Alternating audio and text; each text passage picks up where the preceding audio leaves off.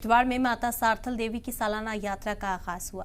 इस यात्रा का आगाज गौरी शंकर मंदिर सरकूट पे बड़े पैमाने पर हवन के जरिए किया गया। इस दौरान अकीदतमंदों ने आहुति और पूर्ण आहुति दी। इस दौरान एक शोभा यात्रा भी निकाली गई।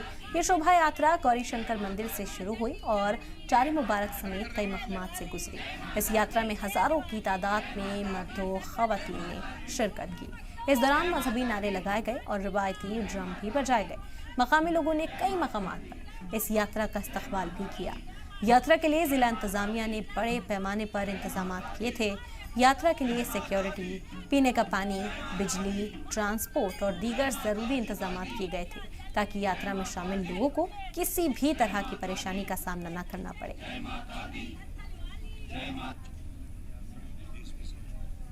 पिछले 20 दिन से वहाँ सिक्योरिटी इंतजाम किए रूट पे और खासकर जहाँ से छड़ी मुबारक चलनी थी।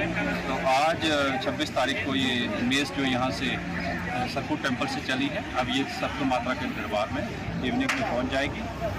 आज रात को वहाँ पूजा हो। इंतजाम के इंश्योर करें कि सिक्योरिटी यात्रियों की और खासकर कानवाई की और वापसी तक सेफ और सिक्योर इन्वायरमेंट से यात्रा करवाएं।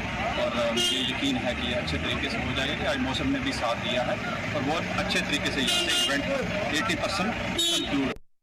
श्री सरथल देवी जी यात्रा इस साल भी अभी यहाँ से रवाना हो रही है।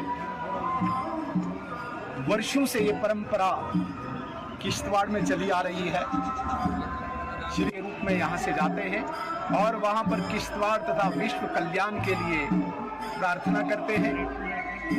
सरथल देवी के लिए सारे किश्तवाड़ के साथ साथ पूरे जम्मू कश्मीर में श्रद्धा और निष्ठा है। ये एक ऐसा स्थान है जो महाराजा के समय से बहुत प्रसिद्ध और विख्यात है।